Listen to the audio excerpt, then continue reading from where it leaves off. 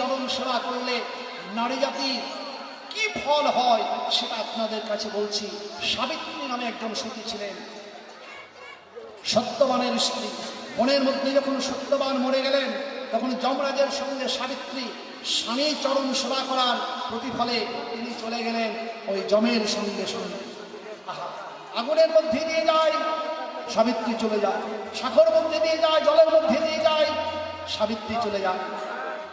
যমরাজের সঙ্গ ছাড়া হয় না। তখন বলছে যমরাজ, মা তোমার সত্যি আমি সন্তুষ্ট হয়ে আমি তোমাকে 3টে বর দিতে চাই, কিন্তু সাবধান না, তোমার স্বামীর প্রাণ ভিক্ষা মিটতে পারবে না। যে মরে যায় সে কখনো বাঁচে না। বলে তুমি 3টে বর চাও। বলে দেবে ঠাকুর? বলে হ্যাঁ দেবে।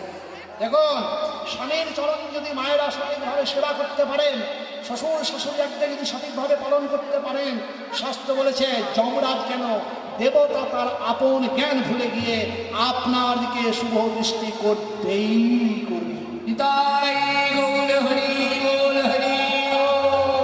শাস্ত্র বললেন আপনার ভাগ্যে যদি বিধাতা দুঃখ লিখে রাখে খেতে পাবেন না, একদম বিধাতা লিখে দিয়েছে, আপনার পদে পদে আপনার দুর্ঘটনা আসবে। যদি বিধাতা লিখে দেয় আপনার চামড়ার উপরে, কপালের উপরে, শাস্ত্র বলছে স্বামীর সেবার নিয়ে ওই গোবিন্দ আপনার লেখাটাকে কেটে দিয়ে অন্য কিছু লিখে দেবে আপনার সুখ শান্তি। শাস্ত্রে সেটা বহু শাস্ত্রে লিখেছেন।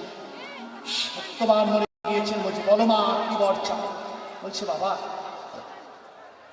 আমার শ্বশুরের চোখ দুটি অন্ধ হয়ে গেছে, আমি চোখ দুটি চাই, দৃষ্টি শক্তি ফিরিয়ে দেন। তথাস্তু। ওই দেখো মা, এখান থেকেই দেখো, স্বর্গ থেকে দেখতে পাচ্ছে তোমার শ্বশুর শাশুড়ি তারা অত্যন্ত মোচন হয়ে গিয়ে সত্যবান বৌমা তোমাদেরকে খুঁজে বেড়াচ্ছে। চাও মা, ফিরে যাও, আর দুটো বর চেয়ে নাও মা, আমার শ্বশুরের হারানো রাজ্য ফিরে চাই। এই ধর্মাবতা। তথাস্তু।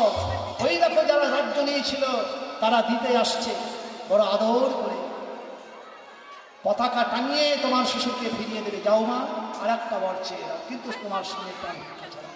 লক্ষ্য বোধহয় আপনারা করেননি কি, একটা বলছেন বিবাহেন সুখ নারী স্বামী গোত্রেণ সংস্থিতা। বিয়ের পর মেয়েরা স্বামীর গোত্রে চলে যায়। কথাটা লক্ষ্য করেন। 10 টাকা জমিয়েছেন, 1000 টাকা জমিয়েছেন, বাবার বাড়ি চলে গেলেন, একটা শাল কিনে নিয়ে চলে এলেন, তোমার বাবা দিয়েছে নগদ। দেখি তো, জামাইয়ের টাকা জমিয়ে নিয়ে, শ্বশুর বাড়ির টাকা জমিয়ে নিয়ে বাবার বাড়িতে গিয়েছ, ওই টাকা দিয়ে শাল কিনে নিয়ে এসে বলছে আমার বাবা দিয়েছে। এটা কি শোভা পেল? না, তুমি শয়তান হয়ে গেলে তুমি গোবিন্দ কৃপা পাবে না। বিবাহের সুখ নারী স্বামী গোত্রেণ সংস্থিতা। এতক্ষণ ধরে যতটা কথা বলেছেন সাবিত্রী, বলছে আমার শ্বশুরের চোখ দাও, আমার শ্বশুরের রাজ্য দাও। একবারও বলেনি আমার ভাইয়ের এই ডায়াবেটিসটা ভালো করে দাও, একবারও বলেনি আমার বাবার ক্যান্সারটা ভালো করে দাও। চাইতে তো পারতেন, কিন্তু না। বিবাহের সুখ নারী স্বামী গোত্রেণ সংস্থিতা।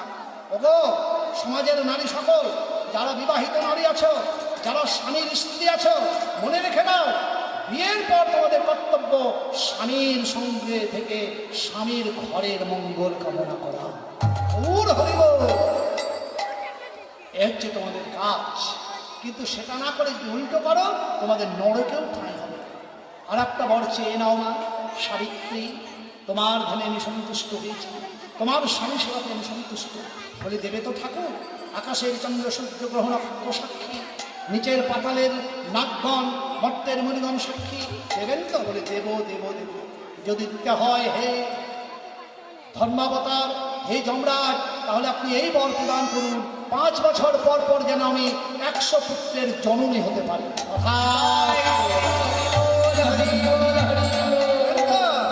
মধ্যে যদি থাকে স্বামীর চরণ যদি আপনি সঠিকভাবে সেবা করেন, মা সরস্বতী আপনাকে সঙ্গে সঙ্গে বুদ্ধি দিয়ে দেবে যে স্বামীর আয়ুটা কি করে বাড়াবে। এখন মা সরস্বতী তার মুখে বলে দিয়েছে, বলছে পতিত ভিক্ষা চাইলাম না, সন্তান চাইলাম না। 5 বছর পর পরে 100। তার মানে যাও না, ফিরে যাও না। ধর্মাবতা, আমি কি করে যেতে পারি বলুন? আপনি বর দিয়েছেন আমি যেন 100 পুত্রের জননী হতে পারি। আপনি সতী নারী বলেছেন আমাকে। সতী নারী হলে কখনো 100 পুত্র কেন, পেটে কি সন্তান আসবে স্বামী ছাড়া? ঘামতে শুরু করেছে। ধর্মাবতার যমরাজ যখন কাঁদতে শুরু করেছে, উপর থেকে জয়ধ্বনি, শঙ্খধ্বনি, উলুধ্বনি, হরিধ্বনি বেঁচে উঠেছে। জয় জয় সাবিত্রীর জয়, সতী সাবিত্রীর জয়, জয় সতী নারীর জয়। গেছেন তো মায়েরা, স্বামীর চরণে যদি ভক্তি থাকে অসাধ্য সাধন হয়ে যায়। আর প্রমাণ নেবেন, সতী অনুসুয়া ব্রহ্মা বিষ্ণু মহেশ্বরকে বাচ্চা ছেলে করে দিয়েছিল সতীত্বের গুণে। ব্রহ্মা বিষ্ণু মহেশ্বর বাচ্চা ছেলে করে হয়ে গিয়েছিল ওই অনুসুয়ার কাছে। আর নেবেন 6 মাসের পথ অতিক্রম করে গিয়ে বেহুলা সুন্দরী মনসা কাব্যে তার স্বামীকে বাঁচিয়ে নিয়ে এসেছিলেন, তাদেরকে বোকা বানিয়ে দিয়ে। তাহলে প্রতি ভক্তিটা কত! বাংলার নারীকে চিরদিন বড় করে দিয়েছেন আমাদের ভগবান শ্রীকৃষ্ণ নিজে বলেছেন যে স্বামীর চরণে যারা রতিমতি থাকে আর স্বামীকে বাদ দিয়ে এই যে ওই দেবতার চরণে যদি ধূপকাঠি জেলে বেড়ায়, ও ধূপকাঠির গন্ধ কোনো দেবতা গ্রহণ করে না। ওই ধূপকাঠির গন্ধ কুকুর শেয়ালের না খেয়ে গন্ধ যায়, দেবতার না খেয়ে যায় না। অতএব স্বামী ভক্তি আপনারা করুন। দেখুন পদাবলী কীর্তন কি শিক্ষা দেয়, শুনবেন তবেই না মনোযোগ দিয়ে। এটা ঘরোয়া কথা নয়, শাস্ত্রে দেখবেন প্রত্যেকটা কথাই তো আপনাদের জানা, নাকি না জানা নেই? সাবিত্রীর কথা, বেহুলার কথা, অনুসুয়ার কথা, 3টে ছোট্ট ছেলে হয়েছিল। স্বামী ভক্তি থাকলে অসাধ্য সাধন হয়।